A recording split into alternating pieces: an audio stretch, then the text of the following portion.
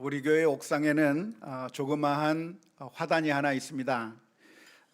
그 화단을 그냥 놀려두는 것이 아까워서 제가 종종 상추도 심고 여러 가지 작물들을 갖다 심었습니다. 재주가 있어서 그런 건 아니고요. 한 번도 농사라는 것을 해보지 않았던 제가 그냥 재미삼아 심어 보았는데 그것들이 자라는 모습을 보면 얼마나 신기하고 얼마나 재밌는지 모르겠습니다. 제가 늙어가는 이유인가요? 농사를 좋아하기 시작하면 늙어가는 거라고 하던데 아무튼 그런 걸 심고 하는 것이 참 재미있습니다. 한 번은 제가 그 화단에 무엇을 심었냐면 감자를 하나 심었습니다. 감자를 하나 심어 놓았더니 잘 자라고 그것을 매일매일 보는 것이 참 너무나도 즐거웠는데요. 어느 날 올라가 봤더니 잡초를 제거하시던 어떤 분께서 잡초 사이에 있는 그것을 보고 그냥 잘라버리셨습니다. 그래서 너무 아쉽게 됐어요. 너무 아쉽게 돼서 그런데 혹시나 해서 그 땅을 파 보았더니 그 땅 속에 감자가 맺혀져 있는 겁니다. 사진 한번 보여주실래요? 저렇게 조그마한 감자가 그 안에 맺혀져 있었고, 그리고 저것만이 아니라 조그마한 알갱이 감자들이 맺혀지기 시작하는 것을 보았습니다. 제가 이것을 어떻게 심었냐면은 하루는 제가 우리 집안에서 요리를 하는데 감자를 깎아달라고 그래요. 그래서 감자를 깎다가 그 깎은 껍질을 보니까 거기에 씨눈이 붙어 있는 것을 보고 제가 속으로 생각했습니다. 이 씨눈이 붙어 있는 감자 껍질을 심어도 싹이 날까? 라고 하는 생각을 하게 됐습니다.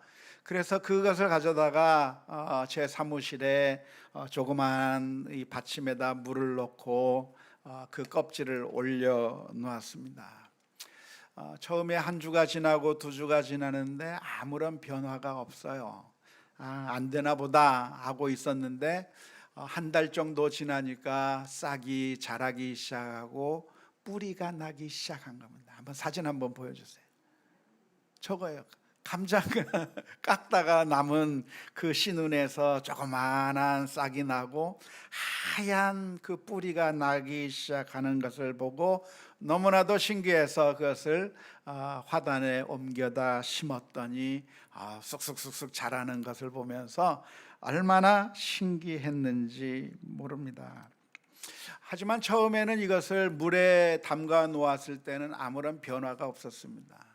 그냥 처음 제가 물에 담가 놓은 그대로 물론 썩지 않게 해야 된다고 해서 물을 자꾸 갈아주긴 했지만 아무런 변화가 없는 겁니다. 일주일이 지나고 2주일이 지나고 시간이 지나는데도 아무런 변화가 없어서 안 되나 보다, 소용없나 보다, 이런 식으로 해서는 안 되나 보다 하면서 포기하려고 했었습니다. 하지만 한 달 정도 기다리니까 놀라운 일이 일어나는 것이죠. 이래서 꽃집도 하고 이래서 농사도 짓고 그러는구나 라고 하는 것을 느꼈던 일이 있습니다. 하지만 우리들은 언제나 기다리는데 익숙하지가 않습니다.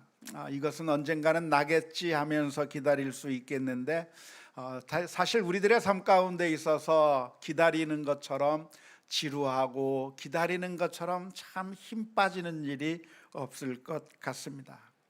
그래서 무엇인가 빨리 결과가 나타나지 않으면 화가 나기도 하고, 빠른 변화가 없고 무엇인가 빨리 결과가 나타나지 아니하면 이내 실망해 버리는 것이 우리들의 모습입니다.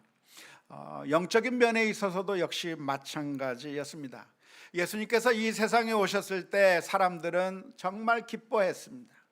예수님께서 보통 사람으로 오신 것이 아니고 메시아로서 이 세상에 오셨기 때문입니다. 오랫동안 기다렸던 메시아가 왔다고 하는 소식을 듣게 되었을 때 많은 사람들이 환호하고 기뻐하면서 바라보기 시작했습니다. 성경에 보면 그렇게 기뻐한 사람들의 이야기가 여럿 기록되어 있습니다. 먼저 시므온이라고 하는 사람이 있었는데요, 이분은 굉장히 연세가 많으신 분이었어요. 그 성전에 가서 그 성전에서 하나님 앞에 기도하며 엎드린 사람이었습니다. 하나님, 이스라엘 민족을 언제 구원해 주십니까? 메시아 약속해 주셨는데 언제 메시아가 옵니까? 그렇게 기도하는 가운데 하나님께서 계시해 주셔서 네가 죽기 전에 그 메시아를 보게 될 것이라고 하는 그런 약속을 받게 되었는데요, 어느 날 요셉과 마리아가 예수님을 데리고 성전에 온 겁니다. 정결 예식을 행하기 위해서 아기 예수님을 데리고 왔을 때 하나님께서 그 시므온으로 하여금 아기 예수님을 만나게 만들어 주었습니다. 그때 이 시므온이라고 하는 사람은 너무나도 기쁜 나머지 하나님 앞에 기도했습니다. 하나님, 주제여, 이제는 족합니다. 이제는 말씀대로 이 종을 놓아 주시옵소서. 이제는 평안히 놓아 주시는군요 하면서 하나님을 찬송했습니다.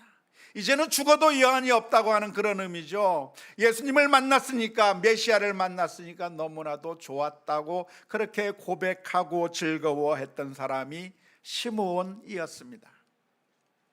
또 기뻐한 사람이 있었습니다. 그 사람은 누굴까요? 세례 요한이었습니다. 세례 요한의 사명이 있었다고 한다면 메시아의 앞길을 예비하는 것이었습니다.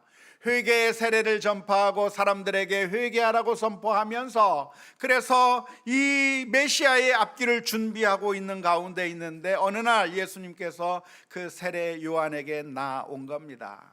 그리고 예수님이 그 세례 요한한테 세례를 받겠다고 했습니다. 그래서 세례 요한이 세례를 줬는데요, 물에서 올라오실 때 하늘이 갈라지고 성령님께서 예수님 위에 머무는 그 모습을 보면서, 비둘기같이 임하는 그 모습을 보면서 이분이야말로 정말 메시아라고 하는 사실을 알게 됐고, 세례 요한은 사람들을 향해서 외쳤습니다. 메시아가 왔다, 우리가 기다리고 있던 그 메시아가 왔다라고 말하면서 그 예수님을 소개했습니다. 보라, 세상 죄를 지고 가는 하나님의 어린 양이로다 하면서 소개한 사람이 바로 세례 요한이었고, 그의 마음 가운데 얼마나 기쁨이 넘쳤는지 모릅니다.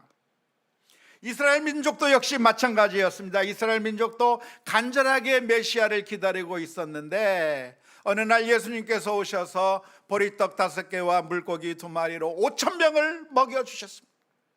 그 기적을 체험하게 되었을 때 이스라엘 민족들은 너무나도 기뻐서 흥분하기 시작했습니다.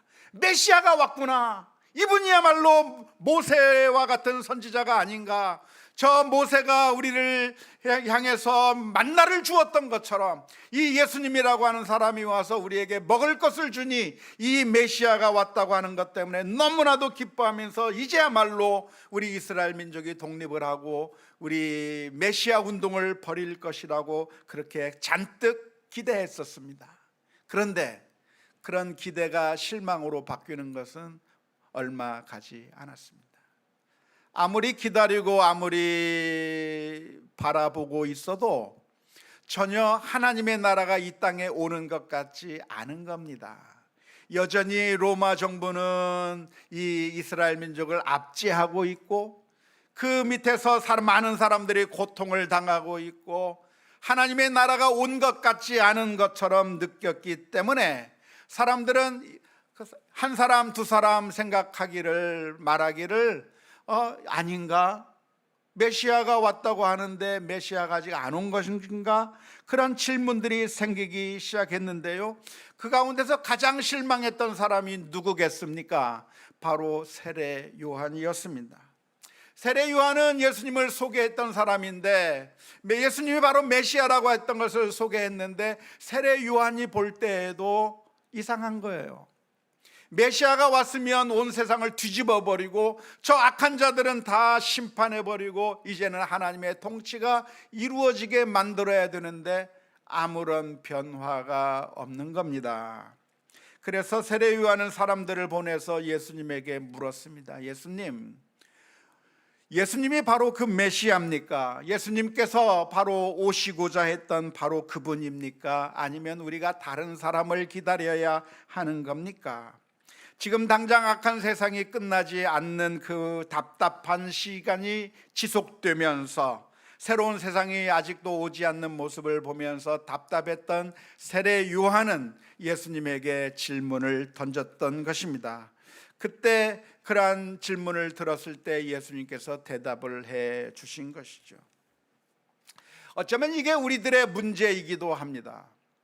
우리들의 마음 가운데도 주님을 바라보고 있다가 이내 실망하게 되는 경우가 있는 거죠.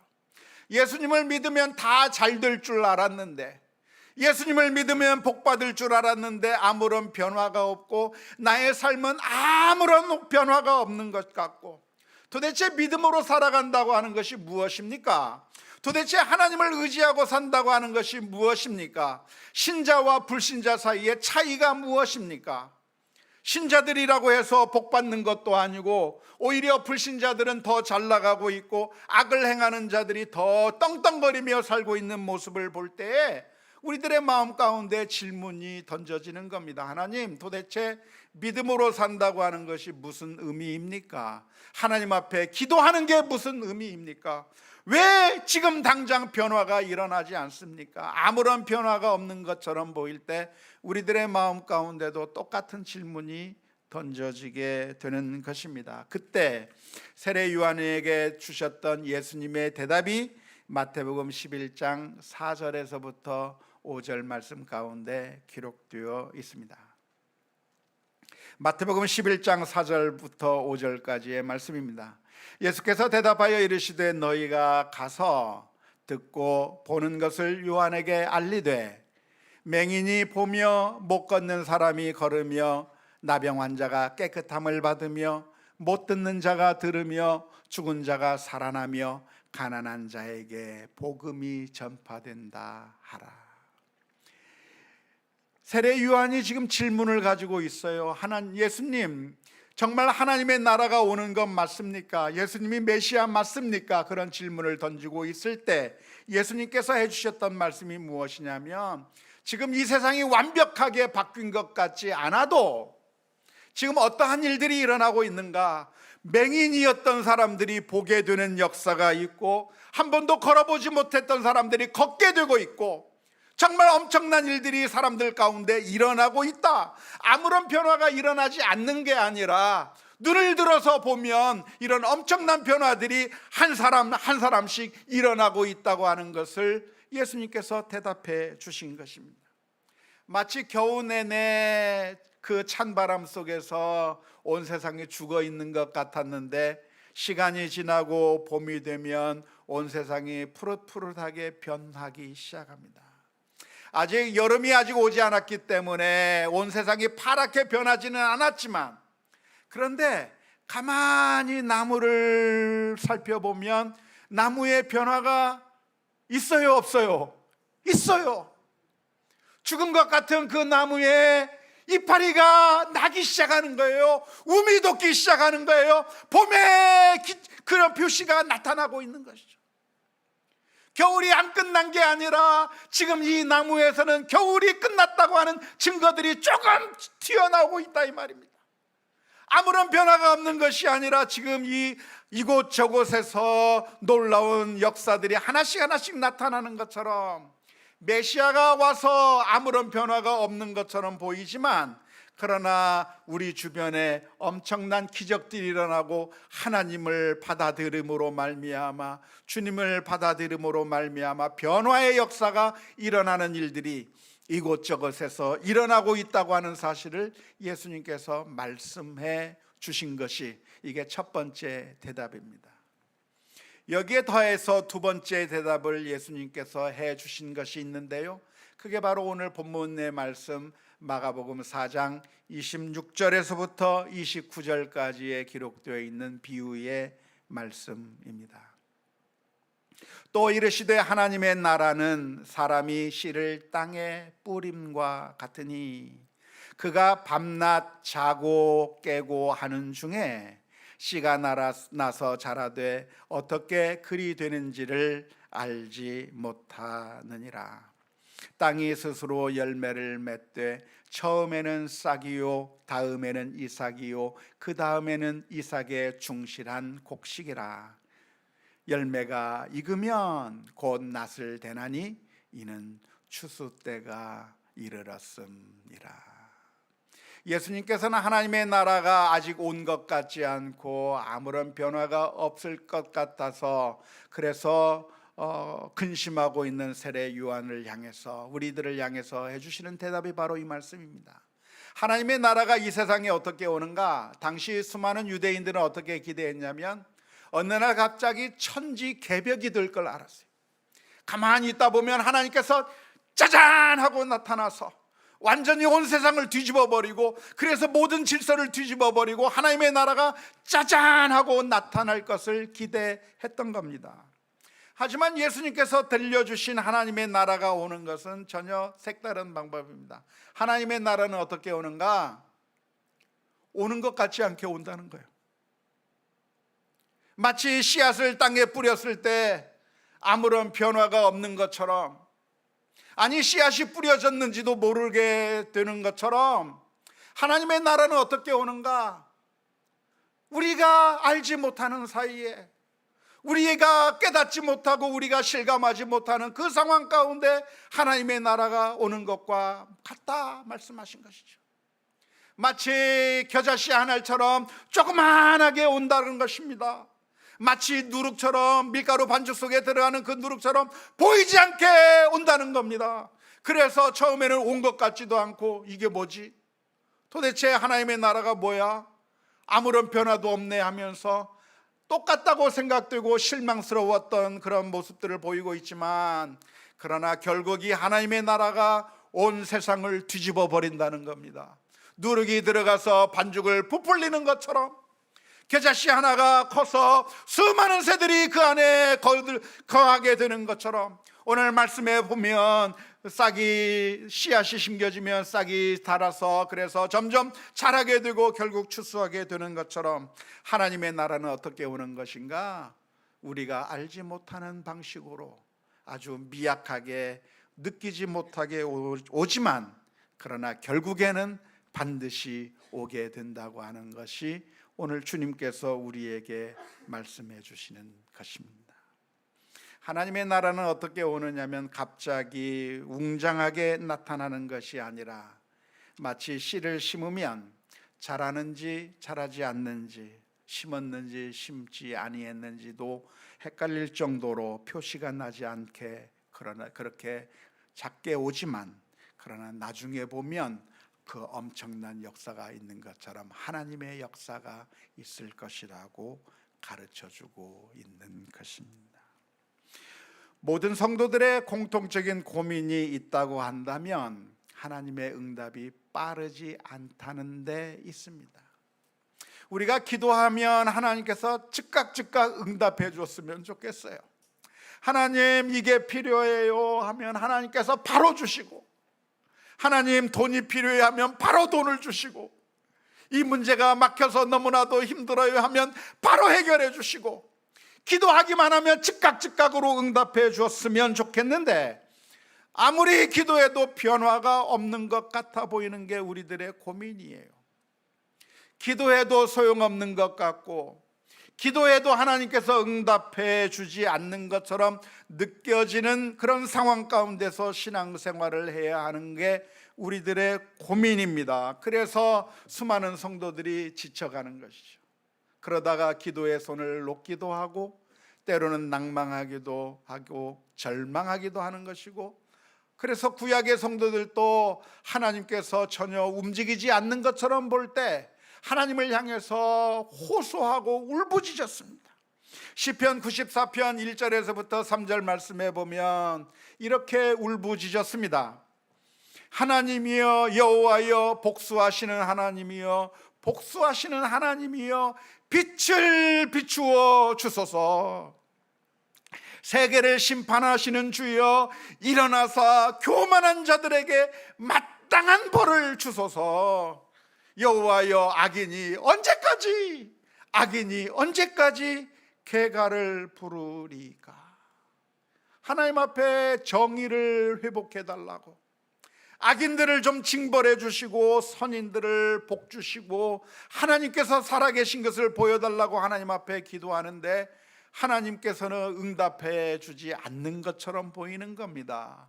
여전히 악인은 득세하고 있고 의인은 고난을 당하고 있는 이런 어처구니 없는 상황이 아무리 기도해도 계속되는 모습을 보면서 하나님 도대체 언제까지입니까? 언제까지 참아두고 보십니까? 하면서 답답하게 울부짖는 것입니다. 그런데 그런 우리들을 향한 주님의 대답이 무엇이냐면, 하나님의 나라는 씨를 뿌려서 심는 것과 같다. 씨를 뿌리면 그 다음날 열매 딸 수 있죠? 아니잖아요. 잭과 콩나무라고 하는 그런 동화에서 보는 것처럼 밖에 씨를 던졌는데 그 다음날 일어나 보니까 커다란 나무가 자라서 저 하늘 끝까지 펼쳐져서 올라갈 수 있게끔 그렇게 자라는 건가요? 그게 아니죠. 이 말씀을 해주시는 예수님의 교훈이 무엇입니까? 그러므로 낙망하지 말라는 거예요. 지금 당장 우리들의 눈앞에 아무런 증거가 보이지 않는다고, 아무리 기도해도 변화가 없는 것처럼 보인다고 하더라도, 믿음으로 살아가는 것이 아무런 힘과 능력이 되지 않는 것처럼 느껴진다고 할지라도 낙망하지 말라. 아무리 수고해도 변화가 없는 것처럼 느껴질 때 우리들은 쉽게 낭망할 때가 있습니다. 우리 자녀들을 변화시키고 싶은 게 부모의 마음인데, 자녀들에게 아무리 잔소리를 하고 또 우리 자녀들을 위해서 아무리 기도해도 우리 자녀들이 변화되는 모습을 보기가 어렵습니다. 복음을 전하기 위해서 우리 가족들에게 복음을 전하는데 우리 가족들의 마음이 닫혀져 버려서 결코 주님 앞으로 돌아오는 것을 경험하지 못할 때가 많습니다. 그래서 우리는 종종 낭망을 하는 거죠. 교회를 위해서 기도하는데도 역시 어려운 일들만 계속되고, 기도하면 좋은 일이 있어야 되는데 오히려 더 나쁜 일들이 발생하게 되는 모습을 보면서 낭망하기도 하고 기도해봤자 소용없다고 하는 그런 포기를 하게 되는 것이죠. 하지만 하나님의 나라는 어떠한 것인가? 갑자기 오는 것이 아니라 조용히 하나님의 때가 있다고 하는 사실을 믿을 수 있기를 주님의 이름으로 축원합니다. 갈라디아서 6장 8절에서부터 9절 말씀, 우리가 늘 기억해야 될 말씀입니다. 갈라디아서 6장 8절에서부터 9절까지의 말씀입니다. 자기의 육체를 위하여 심는 자는 육체로부터 썩어질 것을 거두고, 성령을 위하여 심는 자는 성령으로부터 영생을 거두리라. 우리가 선을 행하되 낙심하지 말지니 포기하지 아니하면 때가 이름에 어떻게 되리라? 거두리라. 우리는 우물에 가서 숭늉을 찾을 게 아니에요. 아기가 태어나자마자 바로 사람 구실할 것을 기대할 게 아니에요. 기다림이 사랑이고 기다림이 믿음입니다. 그래서 우리는 인내하면서 하나님의 때가 무엇인지 기다리는 가운데 하나님의 역사를 기다리고 나중에 되돌아보면 모든 것이 하나님의 은혜였음을 믿음으로 고백할 수 있게 될 것이라고 믿습니다. 그러니까 오늘 말씀을 오해하지 마시기 바랍니다. 오늘 이 말씀은 그러니까 우리가 아무것도 하지 않고 그냥 기다리기만 하면 저절로 잘 될 것이다 라고 하는 것을 의미하는 것이 아닙니다. 우리는 최선을 다해야 되는 것이죠. 씨를 뿌려야 되고 물을 주어야 하는 겁니다. 씨를 뿌렸는데 아무런 변화가 없고 물을 주었어도 아무런 변화가 없지만 그래도 그것을 보고 포기하는 것이 아니라 수고하고 애쓰며 기다리고 하나님의 때를 기다릴 때 결국 엄청난 역사가 나타나게 되는 것이죠. 하지만 이 세상에는 두 부류의 사람이 있습니다. 어떤 부류의 사람들이 있습니까? 어떤 사람은 물을 뿌려봤는데 그 다음날 아무런 결과가 나타나지 않는 것을 보고 물 뿌려봤자 소용없다고 말하는 사람이 있어요. 우리가 대하다 보면, 이야기하다 보면 이거 해봤자 아무 소용없다, 전도해봤자 소용없다, 이거 해봤자 소용없고 저거 해봤자 소용없고 이거 돼도 아무런 소용이 없다, 그게 무슨 소용이 있느냐라고 말하는 사람이 있습니다. 아무리 해도 결과가 즉각적으로 나타나지 않기 때문에 그렇습니다. 하지만 믿음의 사람은 어떤 사람입니까? 소용이 없는 것 같은 것을 하는 게 믿음의 사람이에요. 기도하는 게 믿음의 사람이고, 말씀을 전하는 게 믿음의 사람이고, 아무런 효과가 없는 것처럼 보이는 물주기를 매일매일 하는 것이 그게 믿음의 사람이라고 하는 것을 기억해야 될 줄로 믿습니다. 지금 당장 효과가 나타나지 않기 때문에 이것은 아무 소용도 없는 것이고 효과가 없는 것이라고 그렇게 실망할 게 아니라 선을 행하되 낙심하지 말지니 때가 되면 거두게 될 거라고 하는 사실을 믿을 수 있기를 주님의 이름으로 축원합니다. 이 사실을 너무나도 잘 알았던 사람이 누구냐면 바로 바울 사도였습니다. 바울 사도는 복음을 전하러 가는 가운데 바울이 가는 곳곳마다 정말 믿음이 준비돼 가지고 복음을 잘 받아들인 사람들만 있었을까요? 그렇지 않습니다. 바울이 전도 여행을 하는 가운데 바울이 만난 사람들은 적대자들을 만났습니다. 의심하는 사람들을 만났습니다. 아무리 이야기해도 비웃는 사람들을 만났습니다. 그렇게 해서 복음을 전하면 실패를 경험했고 반발을 경험했고, 아무리 복음을 전해도 듣지 않는 그런 딱딱한 심정들을 바울 사도가 경험했습니다. 하지만 바울 사도는 그것 때문에 절망하고 이래봤자 아무 소용이 없구나, 복음을 아무리 전해도 변화가 없구나 하면서 포기한 것이 아니라 또 복음을 전하러 다녔고, 또 복음을 전하러 다녔고, 또 복음을 전하러 다녔어요. 그런데 어떻게 됐습니까? 사람들이 복음을 받아들인 거예요. 복음을 받아들이고 열매가 맺히기 시작한 겁니다. 그것을 바울 사도가 어떻게 설명하냐면 고린도전서 3장 6절에서 7절 말씀에 이렇게 설명하고 있습니다. 나는 심었고 아볼로는 물을 주었으되 오직 하나님께서 자라나게 하셨나니, 그런즉 심는 이나 물 주는 이는 아무것도 아니로되 오직 자라게 하시는 이는 하나님 뿐이니라. 아멘. 바울 사도가 씨를 뿌렸습니다. 씨를 뿌린 것만 가지고 싹이 나나요? 누군가 와서 물을 줘야 되는 거죠. 물을 주면 바로 그 다음날 싹이 나나요? 아니요. 또 그 다음날 와서 또 물을 줘야 되는 거예요. 의미 없는 일들을 계속 반복해야 되는 겁니다.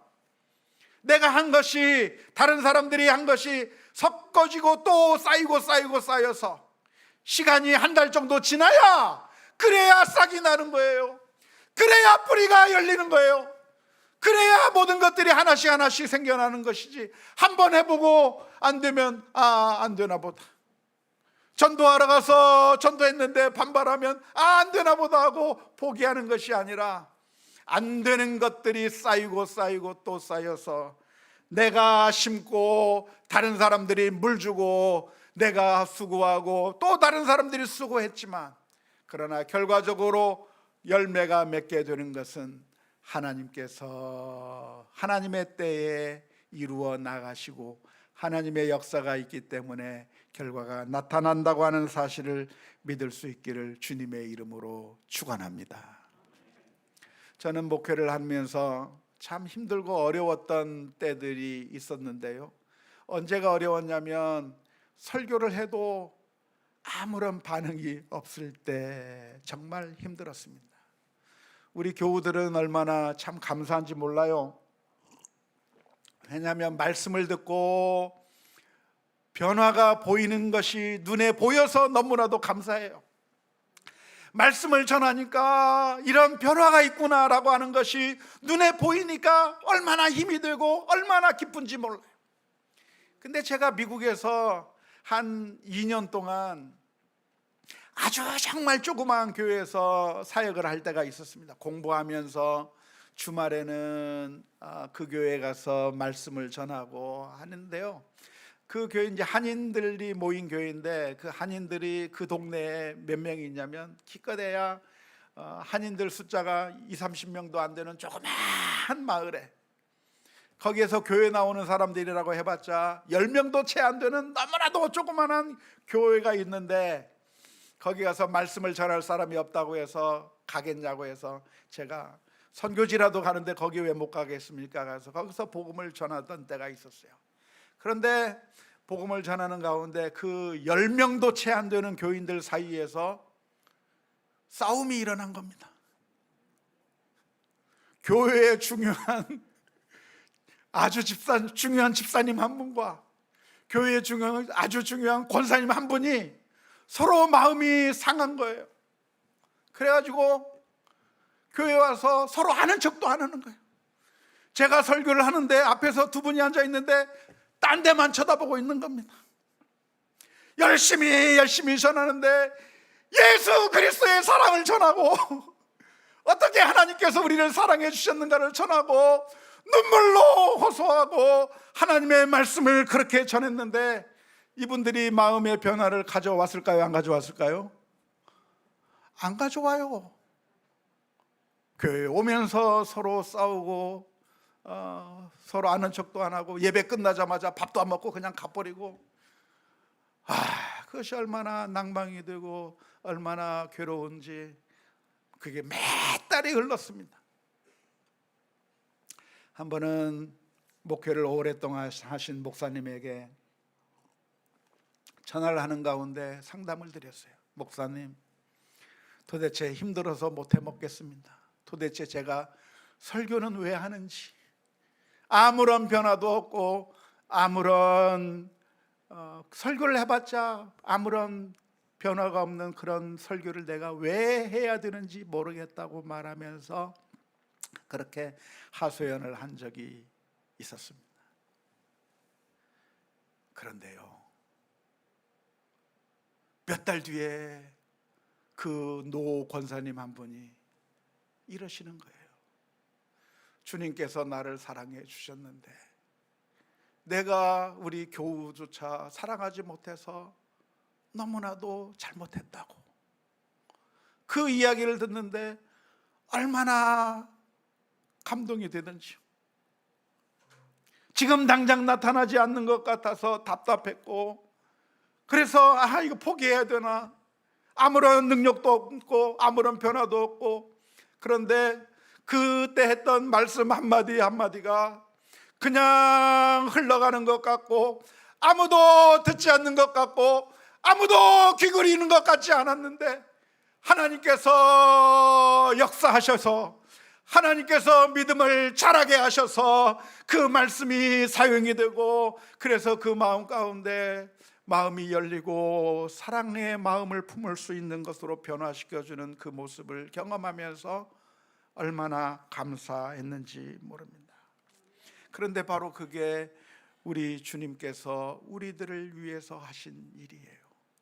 하나님께서 우리 인류가 하나님을 거역하고 죄악 가운데 있을 때 하나님께서는 우리들을 보면서, 저와 여러분들을 보시면서 이 구제불능의 사람들 하면서 포기해 버리신 것이 아닙니다. 우리 주님께서는 선지자들을 보냈고 말씀의 사역자들을 보내시고 수많은 사람들을 보내서 하나님의 말씀으로 채찍질하셨고, 또한 여러 가지 방법으로 회개를 촉구하시는데 그것도 안 되니까 마지막에 하나밖에 없는 그 아들을 이 세상에 보내어 주셔서 저 십자가 위에서 저와 여러분들을 위해 피 흘리게 만드시고 그 보혈의 피로 우리들을 씻겨주심으로 말미암아 저와 여러분들이 회복되고 구원을 받고 하나님의 자녀가 된 줄로 믿습니다.